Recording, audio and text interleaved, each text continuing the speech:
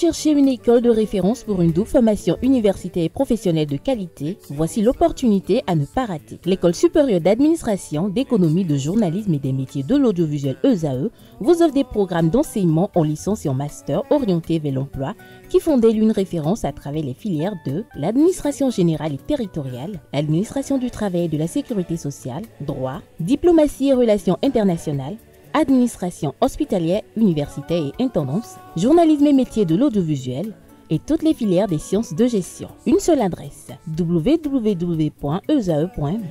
Rendez-vous dès maintenant sur nos campus ESAE Bedromende au numéro 90 93 65 21 ou au numéro 98 98 14 00. Paracourt sur le numéro 52 46 12 12. Aboumé-Calavi au numéro 52 88 44 44. Akpata au numéro 52 88 33 33. ESAE, l'excellence a un nom. Mesdames et messieurs, bon après-midi. Nous sommes le samedi et déjà on peut commencer par dire par anticipation, vive les vacances. Ce samedi, la musique urbaine influence-t-elle négativement la jeunesse? Pour en parler, le plateau est 100% jeune. Bonsoir Michel. Bonsoir Tatiana. Ça va? Ça va super. Ça se passe bien? Juste à côté de Michel, on a Roseville. Bonsoir. Bonsoir Tatiana. Comment ça va? Je vais bien, merci. En face, Jordan. Bonsoir. Bonsoir Tatiana. Comment ça va? Je vais très bien. Yasmina, tout bonsoir. Bonsoir Tatiana. Alors, avant de commencer proprement dit, les vacances c'est déjà là. L'année académique c'est bien passé. Alors, les vacances nous réservent quoi? Du chaud. Hmm? Du chaud. Du chaud. Pourquoi du chaud? Parce que... La musique, les filles, tout ça. Donc, ça s'annonce déjà lourd, hein? Oui, oui. Et chez Jordan? Oui, moi je la rejoins parce que il y a déjà beaucoup d'événements prévus pour ces vacances à Cotonou, donc on ne va pas s'ennuyer. Et puis voilà, la nuit, ça va fêter. Du côté de Cotonou, ça ne va pas dormir. Alors, du côté de Brazza? Mais du côté de Brazzaville, je pense que ça sera chaud parce que je m'envole vers Brazzaville, donc j'ai hâte. Hâte. Michel? Oui, je rejoins mes confrères. Ça sera vraiment chaud. Chaud comment? À quel point? La nuit, c'est la nuit. Tous les chats sont gris. Voilà, nous sommes le samedi et Michel annonce déjà que la nuit, tous les chats sont gris. Alors, on sait que Cotonou sera chaud, que Brazzaville, ça va aller vite. Du côté de Porte-Nouveau ou de Libreville, ce sera un train à grande vitesse. Là, nous entrons dans la thématique principale de cet après-midi. La musique urbaine influence-t-elle négativement la jeunesse? Alors, pour tout un chacun de vous, la musique, c'est quoi? En un mot, je dirais une thérapie. Une thérapie. Moi, je dirais que la musique, c'est quelque chose qui nous permet de bien nous sentir. Et ça nous fait, on s'évade quand on écoute la musique. La musique, ça donne de bonnes vibrations. Bon, c'est ce que je peux dire. C'est sûr. Oui. Ouais, pour moi, bon, la musique, c'est le bien-être. Parce que quand tu écoutes de la musique, tu te sens bien, tu es dans ton mood, tu vis en fait. Parce que, en plus, si tu maîtrises les paroles, tu récites les paroles et là, tu es dans ton mood, pour moi, ça fait du bien. Jordan? Pour moi, la musique, c'est un moyen d'extérioriser avant tout ces émotions parce que la musique, ça passe du triste au joyeux, au pénible. Donc, la musique, ça prend toutes les émotions et c'est ce qui est incroyable là-dedans. Alors, justement, qu'est-ce que la musique représente pour tout un chacun de vous et qu'est-ce que vous mettez dedans, dans la musique? Bon, moi, je parlerai comme j'ai su le dire avant. Pour moi, la musique, c'est premièrement une thérapie. Déjà, je sais qu'à travers la musique, je peux avoir des conseils, je peux me sentir bien. Surtout quand je me sens mal dans ma peau, je me rapproche un peu de la musique. C'est comme une thérapie pour me dire, ben, tu es d'un côté, je t'emmène dans l'autre monde pour t'évader un peu l'esprit et tout ça. Michel. Alors moi, je dirais quand même que la musique, pour moi, je vais un peu la rejoindre. Parce que la musique, pour moi, en même temps, c'est la joie, c'est la tristesse, c'est tout. Ça résume tout. Quand je suis triste, il y a des musiques quand même qui me soulagent. Ça me donne des vibrations que moi-même, je n'arrive pas à expliquer. Alors, pour moi, également la même chose parce que, bon, il y avait un moment de ma vie où, bon, j'avais perdu un proche très, très cher. Et donc, la musique m'a permis, moi, de quand même me rapprocher de cette personne qui est déjà partie, parce qu'en écoutant la musique, je sentais que la personne était à côté de moi, et en même temps, bon, j'avais déjà l'idée que la personne est déjà partie, bien sûr, mais je sentais que la personne était... Et ça t'apportait du réconfort, c'est ça? Oui, effectivement. D'accord, Jordan. Oui, pour rejoindre ce que j'avais dit, la musique, ça fait ressentir des émotions. La musique, par les paroles, les instrus, tout ça, ça fait vibrer. Et puis voilà, la musique, c'est ça. Et aujourd'hui, on a dans cette musique urbaine qui est là et qui semble prendre de l'ampleur pratiquement dans tout le monde entier. Aujourd'hui, lorsque vous êtes jeune, hein, si vous n'avez pas un pied dans la musique urbaine, certains estiment que vous n'êtes pas dans la course. Vous êtes dépassé. Vous êtes dépassé. Alors, est-ce que cette musique urbaine-là, ces décibels-là, c'est toujours ce qu'il faut pour la jeunesse que vous êtes? Oui, moi, je pense que la musique urbaine répond aux réalités auxquelles la jeunesse est confrontée aujourd'hui. Dans le sens où la musique urbaine, elle prend en compte beaucoup de genres. Il y a l'afrobeat, on a de la drill qui est un peu plus violente, on a des instrus un peu plus calmes pour parler, pour laisser passer les paroles des artistes. Et la musique urbaine, ça répond aux besoins de cette jeunesse-là qui a envie de faire beaucoup de choses, qui ressent beaucoup d'émotions, qui est confrontée à beaucoup de problèmes. Ces différents types de musique-là qui forment la musique urbaine aident cette jeunesse-là, pour chaque membre de cette jeunesse, à dépasser les problèmes auxquels il est confronté. Alors, on parle de musique urbaine, on parle de jeunesse. Moi, ma question, c'est de savoir, Rosévine, est-ce que ces deux mots ont un lien? Oui, parce que quand on dit musique urbaine, on voit plus la jeunesse, parce que c'est plus la jeunesse qui est dans le mood de la musique urbaine. Du côté négatif et du côté positif, la musique urbaine influence vraiment la jeunesse. Donc, je parlerai du côté négatif, par exemple, sur l'habillement, par exemple, sur la manière de parler. La musique urbaine influence beaucoup la jeunesse dans ce sens-là. Parce que nous voyons un peu des jeunes avec un langage de wesh et tout ça.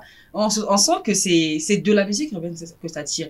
Mais du côté positif, je dirais que la musique urbaine permet à la jeunesse de développer le cerveau, au fait.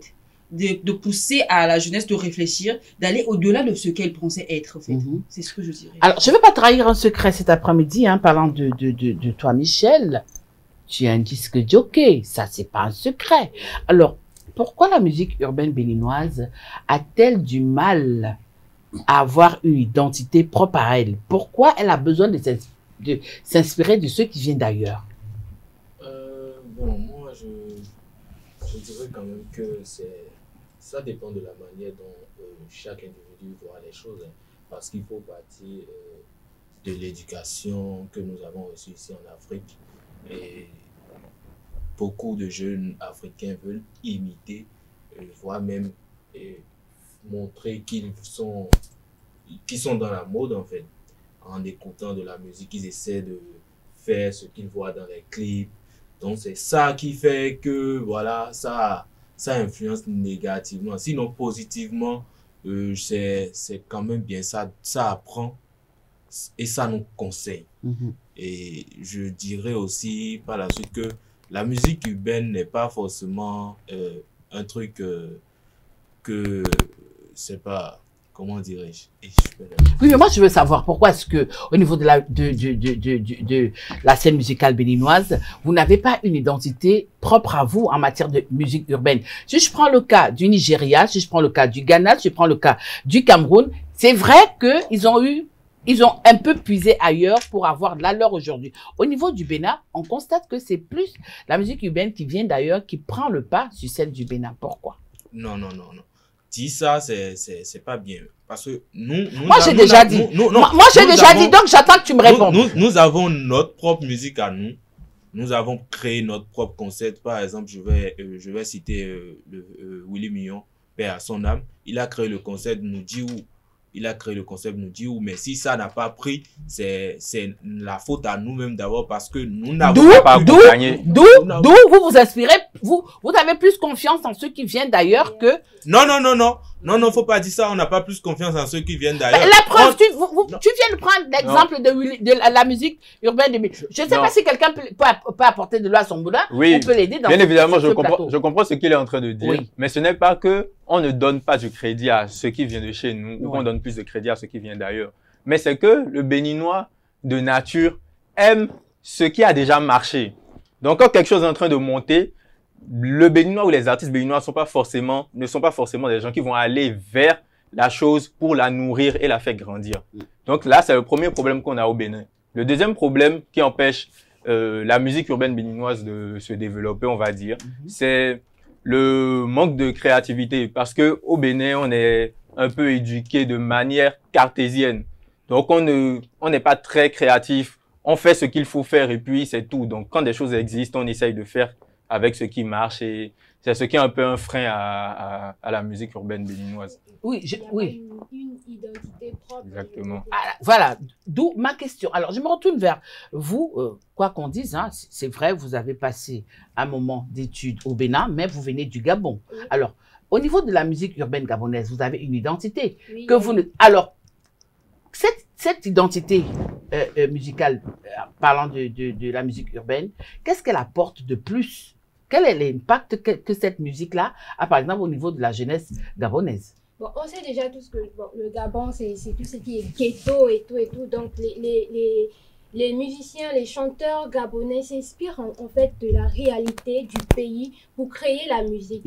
On peut voir un peu l'oiseau rare qui prend un peu la réalité, en fait, son mood à lui, aussi ce qu'il a vécu, et il essaie un peu de créer, et c'est ce que la jeunesse aime, c'est ce que les Gabonais vont plus sur ça, en fait, parce que c'est tout ce qui est dans la réalité, genre, c'est le vécu quotidien. Le vécu quotidien, que genre, les chanteurs s'inspirent de ça, pour pouvoir créer la musique. Maintenant, ici au Bénin, je pense qu'il y a un problème d'identité, parce que les chanteurs béninois prennent plus ce qui est ailleurs, ceux qui viennent d'ailleurs pour pouvoir créer leur musique. Donc, pour moi, c'est un peu flou. Il faut que genre, les chanteurs puissent s'inspirer un peu de ce qui se passe dans le vécu pour pouvoir créer la musique, pour pouvoir créer leurs chansons. Moi, mais on le fait, c'est pas qu'on le fait. Alors, je reviens vers vous, hein, Michel. Je me retourne vers Roselyne. On sait que déjà, le paysage musical congolais, il est très, très difficile. Vous acceptez difficilement ceux qui viennent d'ailleurs. Vous estimez que vous en avez déjà suffisamment. Alors, parlant de votre musique urbaine, si vous en avez une. Oui. On en a plusieurs déjà. Oui. On voit nos artistes qui se montrent à l'échelle internationale maintenant. Donc, c'est déjà quelque chose de bien. La musique urbaine au Congo, le Congo tire la musique urbaine qui est très originale déjà, que j'aime bien d'ailleurs. Tu vois par exemple Netidia Mario qui sort un nouveau son, tu te dis oui, comme Yasmine a su le dire, il prend les réalités du pays pour faire quelque chose de bien, un son qui va peut-être conseiller, qui va peut-être éduquer, qui va peut-être changer le pays. En fait, c'est ça. Le problème avec le Bénin du côté originalité, je ne trouve pas. Pourtant, le Bénin peut puiser de beaucoup de choses. J'ai visité le Bénin, c'est un beau pays. Il y a beaucoup de choses à dire par rapport au Bénin. Tellement de choses. Mais du moment que je vais parler un peu du complexe de dire, pour aller loin, je dois prendre là où ça vient de l'autre pour essayer de mettre sur moi. C'est bien d'aller puiser ailleurs parce qu'on dit toujours que on ne devient pas quelqu'un sans pourtant copier. On peut copier, mais pourtant mettre de l'originalité dans nos sons copiés. C'est ce que je voulais dire. Moi, Michel veut renchérir. Je pense que mes confrères sont en train de dire ce qu'ils ne savent pas. C'est pas qu'on n'a pas notre identité à nous. On a notre identité. Non, je veux qu'on s'entende et qu'on recadre le débat. En termes de musique urbaine. Oui. On a notre concept qu'on a créé. On a créé le Nunjiu. On a créé le Adiapiano, X-Type et GIS. Maintenant, si ça ne prend pas comme on veut, c'est pas forcément notre faute à nous, c'est la faute aux promoteurs. Non. C'est la faute aux promoteurs et aux managers. Comment ça? Comment ça? Parce que je me dis qu'ils ne font pas leur travail. Et le peuple béninois aussi doit accompagner. Si nous-mêmes, en tant que peuple béninois, on laisse notre musique, notre concept à nous pour écouter les autres, comment vous voulez que ça marche? Non, c'est pas comme ça, parce qu'on peut pas obliger le public à écouter quelque chose qu'il ne veut pas écouter. Donc, déjà, il faut d'abord savoir ce qu'on n'entend pas originalité. Tu tu vois, dans la musique urbaine. L'originalité, déjà, on copie tous ces concepts musicaux urbains de tous les autres pays, les États-Unis, tout ça. Mais ce qui fait la particularité, ce qui fait que Gabon, par exemple, dans le rap gabonais, on reconnaît un Gabonais, c'est déjà l'accent, la manière de parler, les codes linguistiques, on va dire, exactement. Au Bénin, ça ne se fait pas. Ils copient plutôt les expressions françaises ou qui viennent d'ailleurs, ivoiriennes même, alors que ce sont les expressions d'ici. Sorti quelques expressions. Le DEM, par exemple. Voilà. La FOCOM, par exemple. Exactement. Tu sors des choses comme ça. C'est ce qui fait, ah oui, les gens vont entendre, ils vont dire, ah ouais, ça c'est béninois. C'est comme ça ils parlent. C'est comme ça se passe. Et en deuxième position, c'est que la musique urbaine déjà, ça fait référence à quoi? Ça fait référence à la rue. Parce que c'est de la rue, ça vient des cités américaines et tout. Donc, c'est normal, comme Yasmina tout l'a dit, au Gabon, ce sont les artistes qui viennent du ghetto, qui arrivent à réellement faire quelque chose, à montrer quelque chose dans la musique urbaine. Et au Bénin, c'est vrai que on n'a pas énormément d'artistes. Les ghettos, on en cherche un peu, hein. Voilà. C'est vrai. Alors, quand même les Béninois. Alors, dites-nous un peu, pourquoi forcément la musique urbaine doit faire du bruit? Pourquoi est-ce qu'elle est à la limite violente, si vous voulez? Michel. Bon, moi, je veux passer mon tour. Bon, allons-y, Roseville. Je ne dirais pas que la musique urbaine doit forcément être violente. Ça dépend des beats, ça dépend le choix de l'artiste, ça dépend du style de musique de l'artiste. Mais parlons un peu du ghetto. En fait, les gens du ghetto, c'est le ghetto, en fait. C'est quelque chose qui doit faire vivre. Oui, mais si on prend le cas du ghetto, c'est toujours revanchard du côté. Oui, c'est toujours des revendications du côté du ghetto. D'où ma question, pourquoi elle est toujours violente? Mais c'est parce que la vie, elle est violente, en fait. Ah ouais! La vie du ghetto, c'est... Oui, la vie, c'est pas calme. Même c'est pas juste la vie du ghetto, la vie n'est pas calme, en fait. La vie en soi, en elle-même, elle est violente. Mais si tu ne forces pas, tu n'auras pas. D'où le pourquoi les musiques on va dire les musiques du ghetto, on va essayer un peu de mettre ça du ghetto. Moi, par exemple, je sors de la zone des gangs. De poto-poto? Non, pas de poto-poto. Poto-poto a perdu un peu sa valeur, en fait, en termes de gang. Je sors d'un quartier un peu reculé de Brazzaville, de Gamakoso, je vous dis. Non, en tout cas. Si les Brazzavillois écoutent ça, ils vont tous sauter de joie. Ah ouais. Parce que c'est un quartier reconnu. Sauf qui peut. Voilà. Donc tu as une caïd. Non, elle est une caïd. Alors, dites-moi un peu, qu'est-ce que la musique urbaine apporte de positif à la jeunesse? La musique urbaine, moi, je pense que ça donne la parole à la jeunesse. La musique urbaine, c'est ce qu'on maîtrise et que les personnes, les prédécesseurs de la musique ou des rythmes traditionnels, on va dire, ne maîtrisent pas. Donc, c'est ce que nous, on sait faire et on est les seuls à pouvoir parler, à pouvoir exprimer ce qu'on veut dire à travers cette musique. Donc, c'est à nous. Et la musique urbaine, c'est ce que ça a de particulier parce que musique urbaine égale à jeunesse. Oui, on est jeunes de 7 à 67 ans.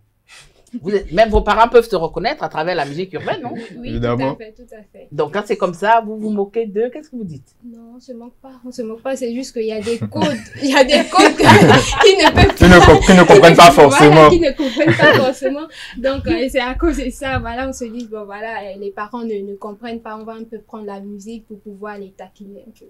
Alors, aujourd'hui, oui, Michel, parce que tu as passé ton tour tout à l'heure, donc là, tu vas devoir répondre. Je veux juste dire que la musique urbaine, quand même, ça apporte de l'émotion, ça permet aux artistes de s'exprimer leur vécu un peu. C'est un peu ce que je veux dire. Oui. Déjà, du côté positif de la musique urbaine, comme j'ai su le dire tout au début, la musique urbaine pousse la jeunesse à réfléchir un peu plus. De se dire que ce que j'ai, c'est pas vraiment que du confort. J'ai besoin d'avoir plus. De se limiter. En fait, la musique urbaine pousse la jeunesse à ne pas se limiter, à se dire il y a des frontières que tu dois franchir, tu dois aller de l'avant. Et du côté s'exprimer, au fait. À travers la musique urbaine, on comprend que les jeunes s'expriment plus.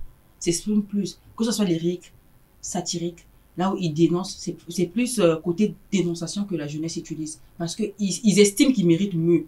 Donc, écoutez-les. Alors aujourd'hui, on constate quand même que la musique urbaine africaine a pris quand même une certaine reconnaissance au niveau international. Alors qu'est-ce que ça vous fait, vous, en tant que jeunesse africaine, de savoir que de ce côté-là, ça égale déjà quand même les musiques américaines lorsqu'on suit des chaînes comme 13 et autres, j'en passe. Bien sûr.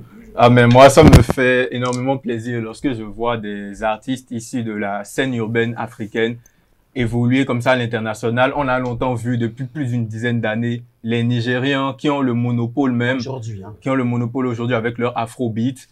Et aujourd'hui, on a aussi les Ivoiriens, notamment, actuellement, on a l'artiste Imra, qui fait quelque chose de très fort avec la drill ivoire. Il a été invité il y a quelques semaines au Flammes, en France, le plus grand festival urbain pour la musique urbaine en France. Donc, c'est un honneur de voir des artistes qui parlent de ce qui se passe en Afrique, aller évoluer à l'international, être écoutés à l'international. Ça montre que notre voix, elle est en train d'être entendue.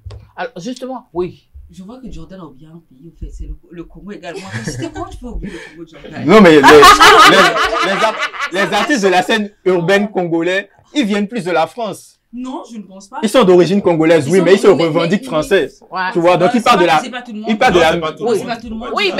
Oui, mais le point que Jordan est en train de souligner, c'est pas quand même négligeable. Aujourd'hui, lorsqu'on parle, par exemple, de la musique urbaine, si on va, par exemple, au niveau du continent au 237, ils sont tous au pays. Donc, ça veut dire qu'ils s'affrontent véritablement là-bas. C'est la même chose qu'on aimerait voir du côté du Congo, par exemple.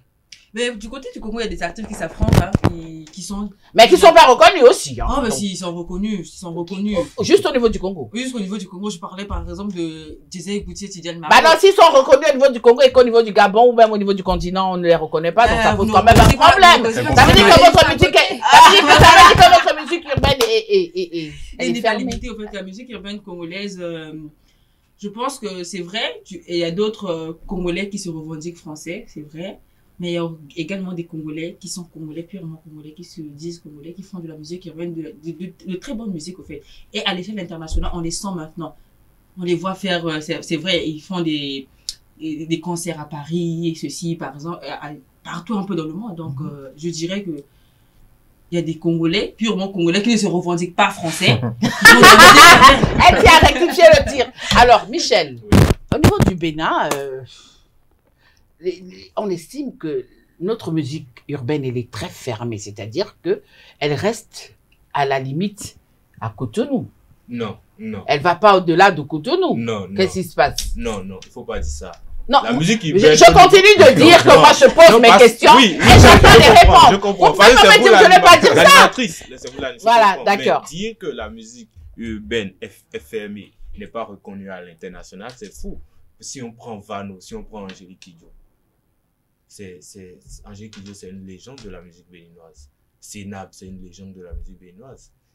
Vano, la dernière fois, moi, je suis allé à Lomé et on me disait, ah ouais, tu es béninois. Alors, je vais te poser une question. Oui. Lorsque on comptabilise les artistes béninois, oui, on comptabilise Angélique Kidjo sur le plan national ou sur le plan international? International. Donc, ça pose un problème.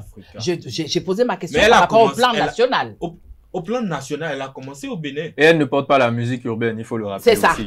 C'est ça le problème, elle ne porte pas la musique urbaine. Et même si on parlait de musique béninoise, l'industrie béninoise ne l'a pas faite. C'est ça le problème. Donc, ah bon? Oui, bien sûr. C'est vrai qu'elle a chanté en France. D'où ma question, c'est pour ça que je dis, oui, nous avons une musique urbaine, nous avons les Vano Baby, nous avons, oui. Mais on a comme l'impression que ça se limite juste là. Non, ça se limite pas là parce que quand vous allez, je disais tantôt que la dernière fois j'étais à Lomé, et c'était une boîte de nuit de 2 février, on a allumé le son de Vano Adigo Bonbon, mais tout Lomé criait. Donc, pas seulement Vano, Yannick Kano. Donc, quitte la démentir pour aller à l'arrière-cour. Non, pas vous dire ça, mais déjà quand tu sors du Bénin, tu vas à Lomé, on peut parler de, on peut dire à l'échelle internationale, non?